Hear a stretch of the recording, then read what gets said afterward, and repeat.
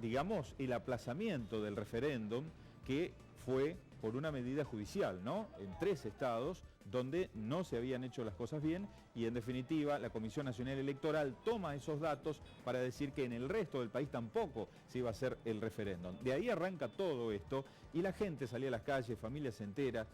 Esta mujer, por ejemplo, opinaba acerca de lo que quiere de su país. Nietos, todos tengan libertad y puedan tener una vida honrada, correcta, sin problemas, con todos los beneficios que nos da esta tierra maravillosa. Y claro, todos tienen buenas intenciones, obviamente los manifestantes, los que van a pedir por todo esto que decía la mujer.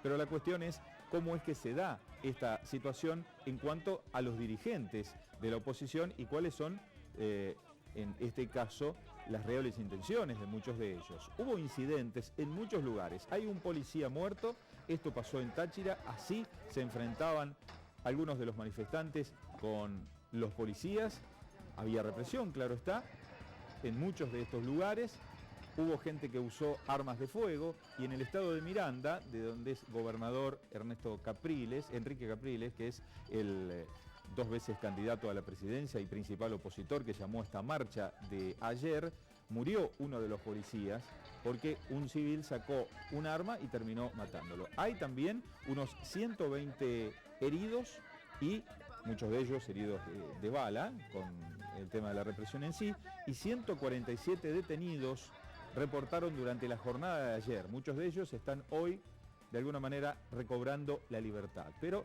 esto es lo peligroso de todas estas situaciones, ¿no? Porque allí vemos a los opositores. En Miraflores, que es el Palacio Presidencial, donde está el presidente Nicolás Maduro, hubo muchísimos de los chavistas. Escuchemos qué dice Ernesto Samper de la UNASUR. El hecho de que se haya respondido esta decisión, que fue una decisión provocada por el Poder Judicial y recogida por el Consejo Nacional Electoral, que haya sido respondida con la apertura de este juicio. Lo que a mí me parece importante es insistir que estos temas, el tema de los detenidos judiciales, el tema del equilibrio de poderes que estaría comprometido con estos episodios y el propio tema de la situación económica de los venezolanos, que es como el telón de fondo de estas dificultades políticas, para eso está previsto el diálogo. Pero claro, el diálogo está por la oposición, en este momento está suspendido, según ha dicho uno de los líderes cuando hablamos y cuando escuchamos a Capriles. Escúchenlo desde dictaduras autocráticas, que no se llamen a engaño los sectores que pretenden que por la vía de la confrontación y de la violencia van a tomarse el poder. La región hace más de 40 años que está votando a través de todas las elecciones para elegir sus dirigentes y para escoger sus proyectos políticos, y lo va a seguir haciendo.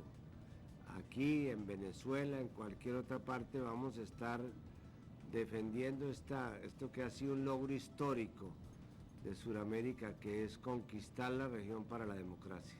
Esta es la palabra del secretario general de UNASUR, ¿no? Claro está, una diferencia con la posición que tiene la OEA, donde va a ir el presidente de la Asamblea Nacional en los próximos días a presentar su moción, y también lo que ocurre con el Mercosur y las iniciativas del presidente Macri y de Tabaré Vázquez también, que tenían que ver con la iniciativa en su momento de Almagro, del ex canciller uruguayo, que ha de alguna manera llevado a la idea de que tiene que aparecer desde el exterior del país una decisión sobre la soberanía del propio país y la decisión de los propios electores.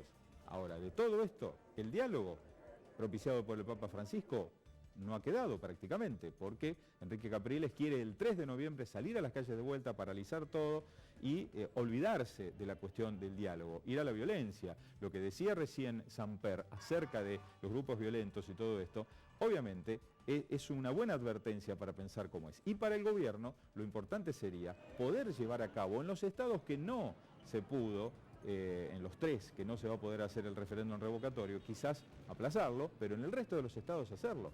Se está hablando que no es que no se va a hacer, se va a hacer más tarde, en el año 2017, pero la oposición en general quiere que se haga en el año 2016. Son muchas cuestiones y es bueno ver y escuchar a todas las campanas en este sentido, porque de ahí se trata, de bajar los decibeles de esto que pasa en las calles, de los enfrentamientos, de la polarización, más allá de la crisis, que es importantísima y que es innegable, y también el tema de la libertad, tanto de expresión como la situación generada por esas libertades, ¿no? Me refiero a que uno se puede manifestar, pero llevar un arma y matar a un policía es una cosa totalmente diferente. Por lo tanto, hay muchas cuestiones para el gobierno y para la oposición para repensar, y fundamentalmente lo que ha dicho o lo que ha propiciado el Papa. ¿Por qué no hacer y llegar a un diálogo? Esto iba a ser el 30, pero ya hay fecha para los próximos días de otras protestas como estas y directamente dejan de lado la opción del diálogo. Eso es lo más peligroso por parte de la oposición, porque le endilgan al gobierno responsabilidades, pero también la oposición tiene responsabilidades en cuanto a esta escalada de violencia de las últimas horas. 120 heridos no es poco, 147 detenidos tampoco, pero un policía muerto a manos de un civil armado tampoco es una situación normal de una protesta, como tendría que ser en paz.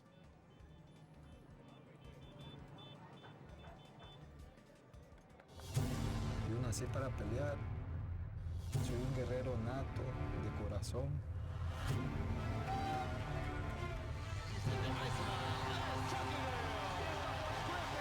Estoy hecho para esto. Es una oportunidad muy grande, no hay nada más arriba que la UFC. Voy a dejar todo de mí en este deporte que amo. Siempre voy para adelante. Quiero llegar a esa final, quiero ser el último fighter en Latinoamérica. 3.